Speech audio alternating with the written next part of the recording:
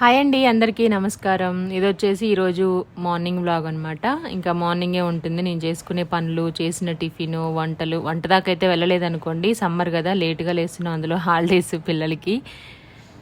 అందువల్ల లేటుగా లేస్తున్నాం కాబట్టి టిఫిన్ కూడా కొంచెం లేటుగానే చేస్తున్నాం అనమాట. నా తర్వాత మా దీవెన్ బాబు లేస్తాడని చెప్పాను మీకు ఒక వీడియోలో, షార్ట్స్లో కూడా అప్లోడ్ చేశాను చూడండి.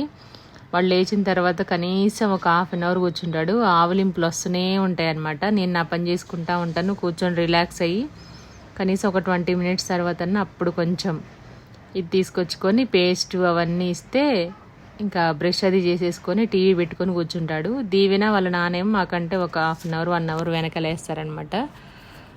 చూడండి, మేమైతే ఇప్పుడే లేచేసాము. నేనైతే బ్రష్ చేసుకొని ఫ్రెష్ అయిపోయాను.